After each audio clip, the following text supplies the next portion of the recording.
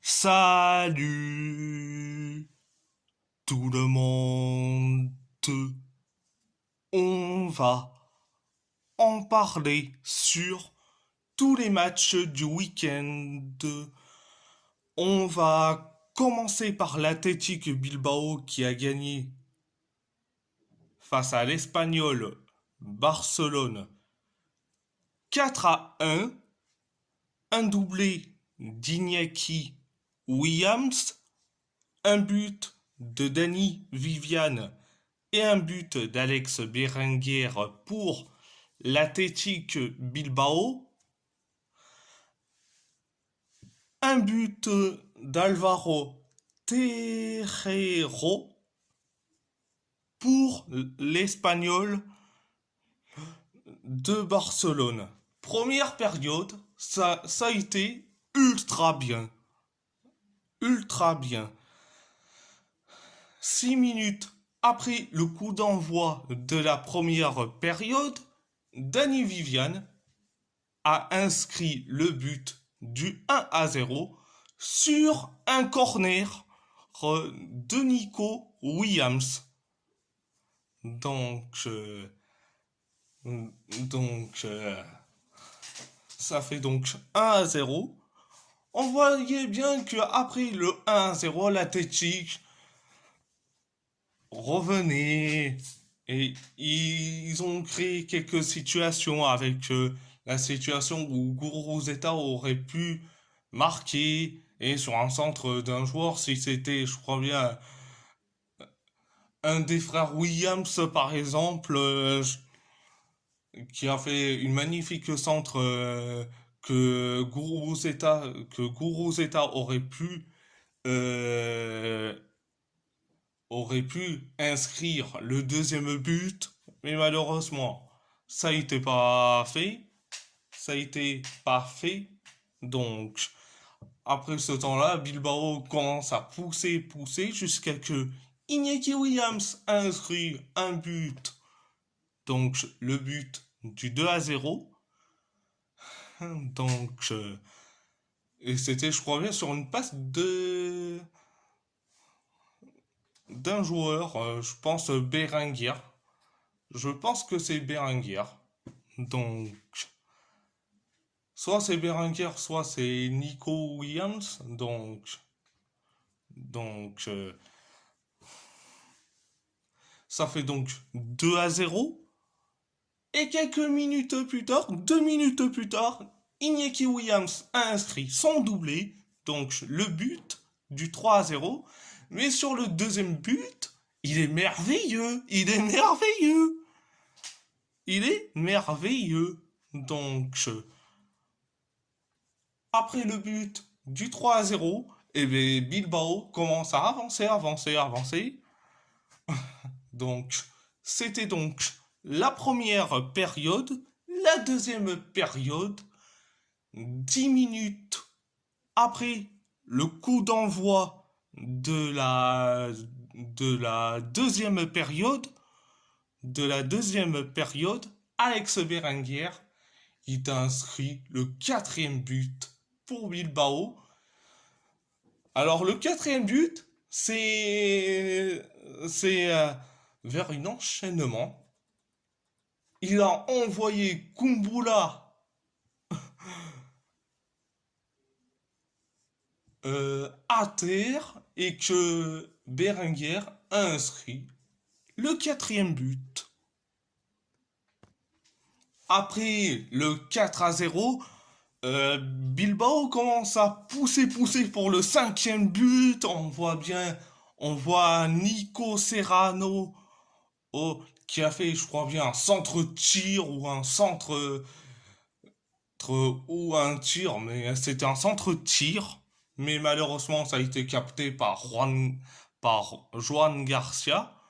Donc, après ça, on commence à reculer, et que l'Espagnol commence à avancer jusqu'à que, temps additionnel, une faute d'un d'un de nos joueurs sur un joueur de l'Espagnol, résultat, coup franc, dans les temps additionnels. 1-0 pour l'Espagnol. Donc, après ça, on commence à reculer, et que l'Espagnol commence à avancer jusqu'à que, temps additionnel, une faute d'un de nos joueurs sur un joueur de l'Espagnol, résultat coup franc, dans les temps additionnels. 1-0 pour l'Espagnol. Donc, après ça, on commence à reculer, et que l'Espagnol commence à avancer jusqu'à que, temps additionnel, et Alvaro Terre- Terrero inscrit un but sur coup franc.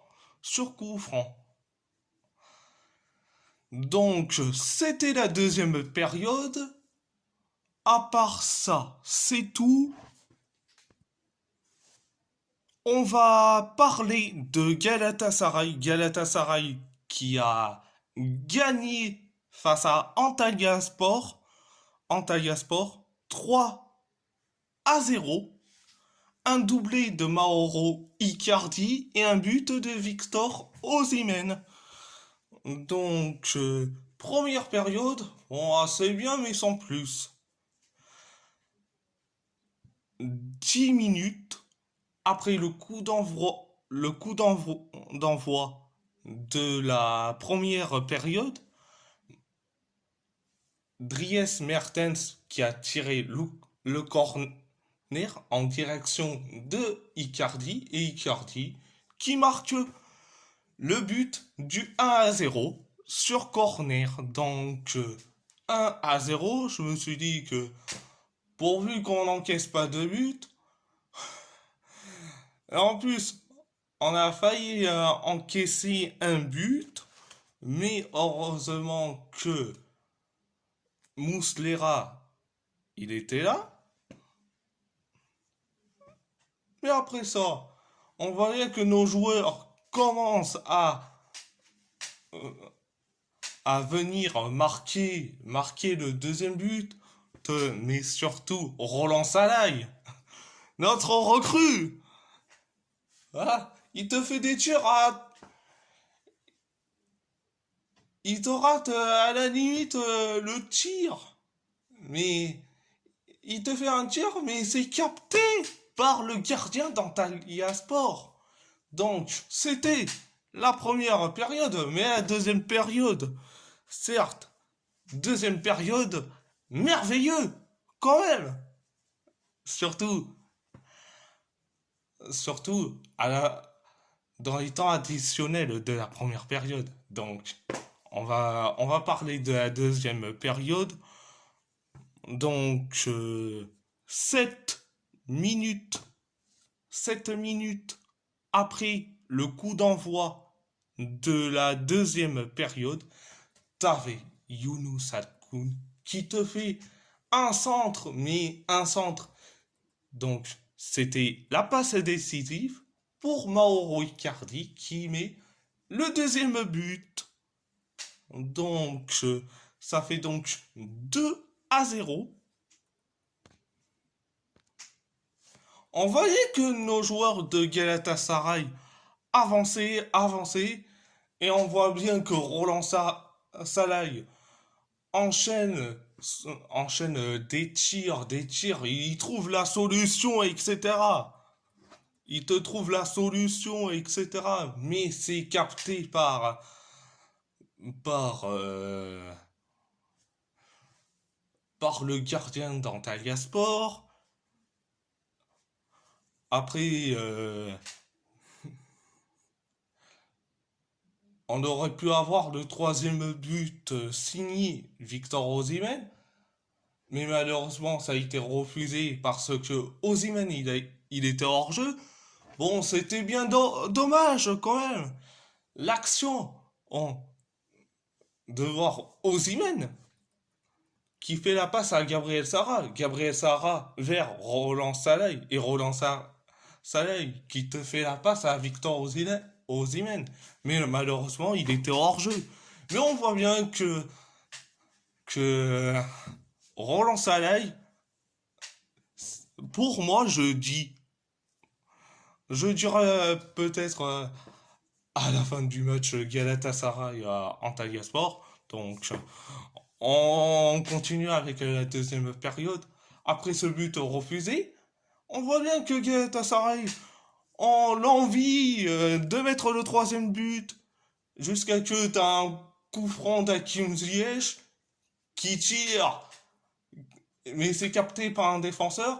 T'avais Osimhen qui voulait avoir le ballon. Et il a eu son ballon Il te fait un retourné acrobatique pour marquer le troisième but dans les temps additionnels. Mais c'est incroyable! Mais c'est incroyable! Donc, le but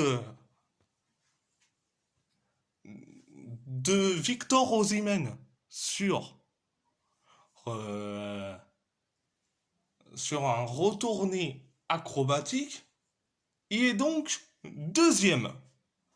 Le troisième, c'est Ronaldo. Le premier, c'est Zlatan. Et le deuxième, c'est Victor Osimhen. Donc, c'était donc la deuxième période.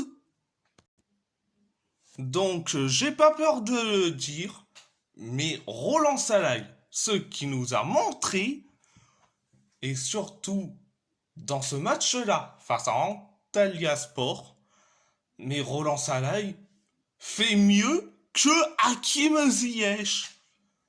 Je, sur, sur la saison dernière qui nous a fait Hakim Ziyech, mais Roland Salaï,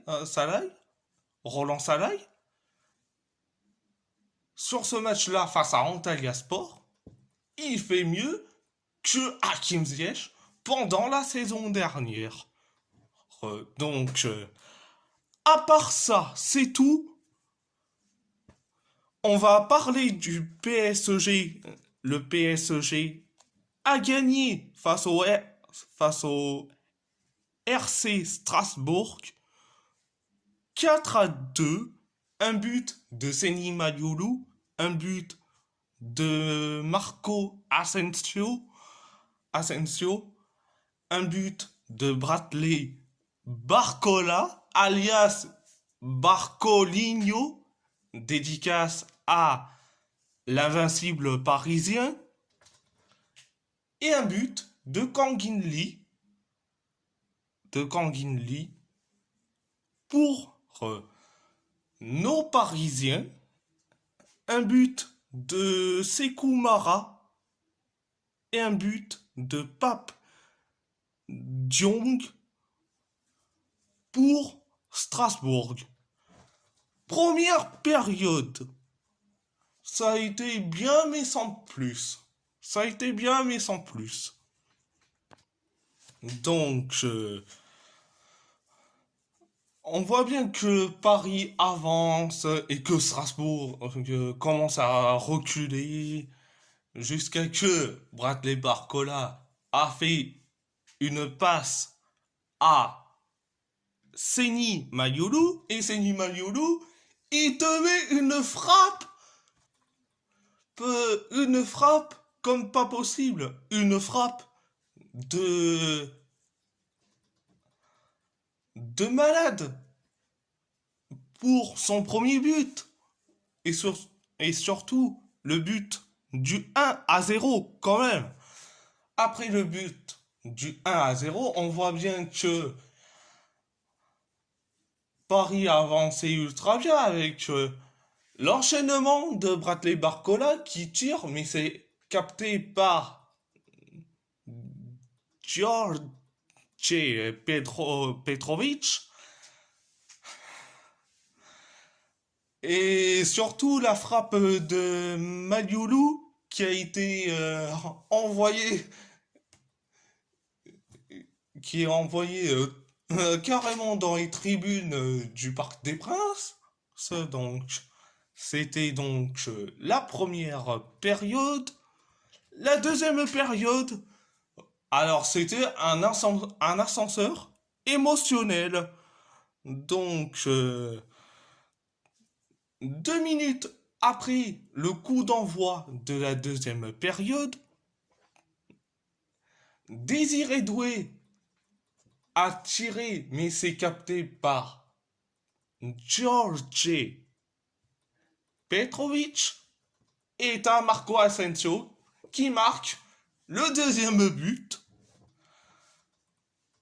sur une erreur de Petrovic. Donc, ça fait donc 2-0. Et après, 11 minutes plus tard, Strasbourg euh, a inscrit le but du 2-1, signé Sekou Mara. Sekou Mara, un ancien des Girondins de Bordeaux et un ancien de Southampton. Donc, ça fait donc 2-1. On voyait bien que Paris avançait jusqu'à que Bradley Barcola inscrit un but. Mais comme je dis, le but de Barcola, c'est digne d'un but d'un joueur qui a, qui a eu le ballon d'or. Mais le but de Barcola, je suis désolé. Pour moi, c'est un but qui vaut carrément le ballon d'or. Je suis désolé. Et si je suis dans l'euphorie, Barcolinho. Barcolinho. Selon beaucoup des supporters parisiens, notablement l'invincible parisien, dédicace à toi. Donc, après le but de Barcola, ça fait donc 3-1.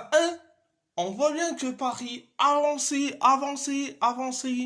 jusqu'à que Kangin Lee inscrit le but du 4-1 sur une passe de Joao Neves. Donc, Monsieur Roberto Martinez, qui nous sert de sélectionneur au Portugal, tu nous expliques pourquoi Joao Neves a eu 0 minute avec le Portugal sur les 2 matchs, et quand c'est Luis Enrique, il arrive à faire mieux que toi. Explique-nous, Roberto Martinez. Roberto Martinez. Donc, ça fait donc 4-1. Et dans les temps additionnels, tu as Pape Diong qui a inscrit le but du 4-2. Donc, c'était la deuxième période. À part ça, c'est tout. À part ça, c'est tout. On va parler de Wolverhampton qui a encore une fois perdu face à Manchester City 2-1. Un but de Jorgen Strand Larsen pour les Wolves. Un but de Josko Gvardiol et un but de John Stones pour Manchester City. Première période, ça a été un coup catastrophique. En gros, un ascenseur émotionnel. 7 minutes après le coup d'envoi de la première période, Jorgen Strand Larsen a inscrit un but, mais sur un centre de Nelson Semedo. Le but est pas mal, ça a été meilleur. Donc, après le but du 1-0 signé Strand Larsen, on commence à être en difficulté, comme d'habitude. On commence à être en difficulté, en étant en reculant, pendant que Manchester City avançait comme pas possible, jusqu'à que t'as Jérémy Doku qui te fait une passe à Josko Gvardiol, et Gvardiol qui a inscrit un très beau but, et c'était le but de l'égalisation, donc un partout. Donc après ça, on voit bien que Wolverhampton est en train de reculer encore une fois. Donc c'était la première période. La deuxième période, catastrophique. On coulait comme pas possible, malgré que on a eu quelques actions, quelques occasions, notablement Mateusz Cunha, euh, qui a couru comme pas possible, qui te fait un tir, mais c'est à côté des cages d'Ederson. Jusqu'à que Manchester City avance et que nous on recule comme pas possible. On arrive au temps additionnel. Tu as John Stones qui a inscrit un but sur corner, mais ça fait donc 2-1. Mais en plus, pour moi, le but ne devrait pas être validé. Pourquoi? Vous allez me dire, c'est parce que t'as Bernardo Silva qui gêne José ça? Qui gêne José ça?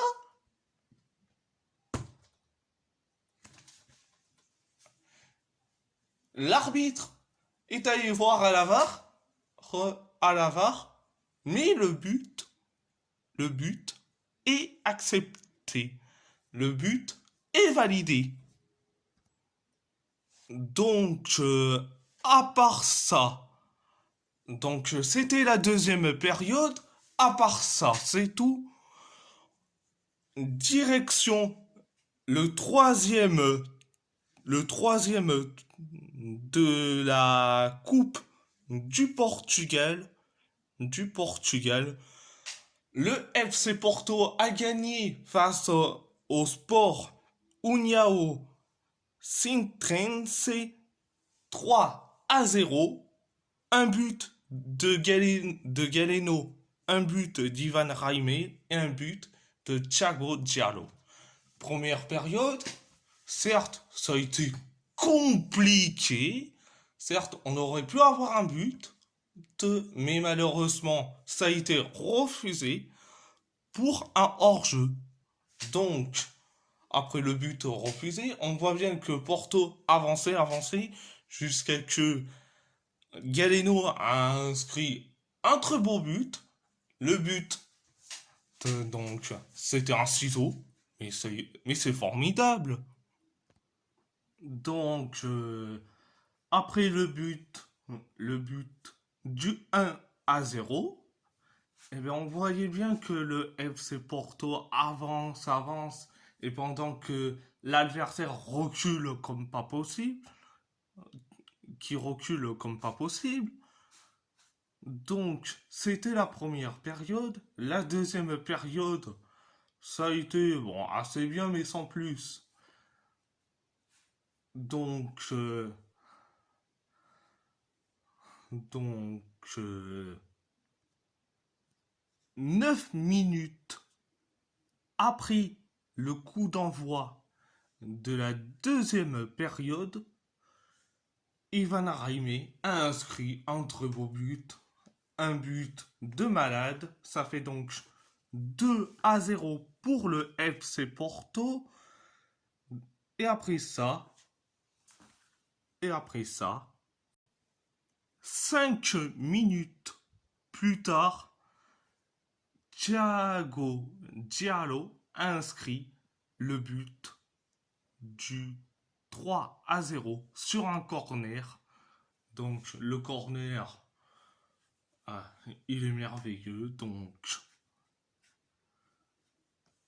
Donc après le but du 3-0, on voit bien que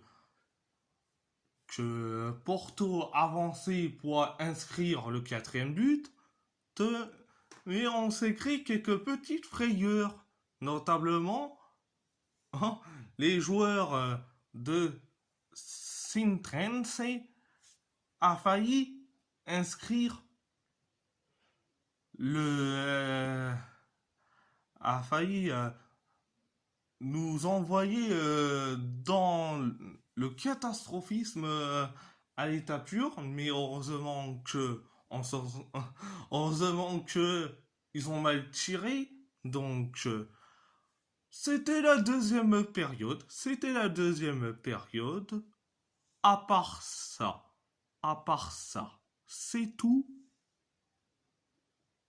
On va parler, on va parler de l'AS Roma. L'AS Roma qui a perdu face à l'Inter Milan 1-0. Un but de Lautaro Martinez.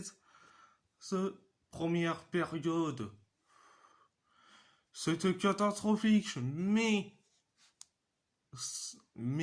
ça a été du mieux en mieux. Donc, on a eu quelques tirs, plus de tirs du côté de l'Inter, surtout Monsieur, surtout Monsieur Marcus Thuram. Donc, mais après, t'as eu que Lorenzo Pellegrini qui te fait des tirs, mais des tirs euh, captés par Sommer, et que ça a été capté par le poteau.